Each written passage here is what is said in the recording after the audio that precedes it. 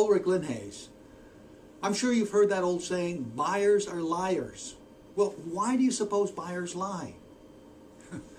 Well, they already know that if they give their name and telephone number to a salesperson, that salesperson is going to constantly call them, call them, call them, and call them.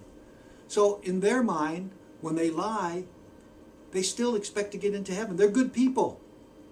You see, they're only lying to a salesperson. And the salesperson has a feeling. He sees something, he hears something, and already knows that the customer's lying to them. You see, when we're talking with a customer, they have the same feelings, they see the same things, they hear the same things from us. So what we want to do is, and what we have to do, we have to come across as truthful as we possibly can. Number one, that is to tell the truth, always. But in order to emphasize it, there are certain things that we can do to help us. Eye contact is one of those things. Now, eye contact is extremely important to visually oriented individuals. Auditory and kinesthetic individuals, it's not that important. But if you're talking with a visually oriented person, it is. However, if you're making a statement that is critical to the sale, you're making the statement, and as you're making the statement, you look away, guess what the perception is on the customer side? The salesperson is being deceitful. So when you're making a statement critical to the sale, always stay focused on the individual's eyes. Then once you make the statement, move your eyes. It will not be interpreted as being deceitful. The next thing is physiology. Your hands. What do you do with your hands while you're speaking? Keep them up. Talk. Keep them fluid.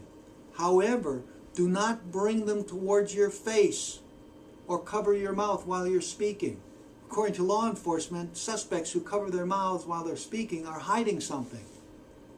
So don't bring your hands up to your face, regardless of how itchy your nose may be. Also, when you're standing, have good posture. When you're sitting, have good posture. Don't slouch. Also, keep this in mind. If your customers are sitting, you sit while you're talking with them. If your customers are standing, you stand with them. If it's reversed, it comes across as not as good and effective as it should. So when they're sitting, you sit and communicate with them. Also, your body pointing. Your body should be pointing to the person that you're talking to. So if you're talking to one of the customers and then you start talking to another one, rotate your body so that your body points to the person that you're talking to.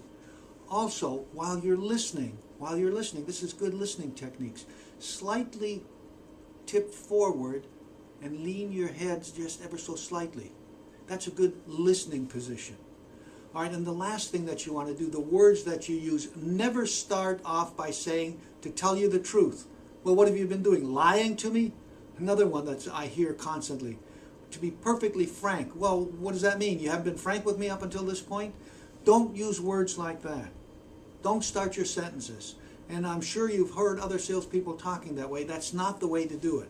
Just a few little hints to help you in your selling career. Ulrich Leinhase wishing you maximum selling success.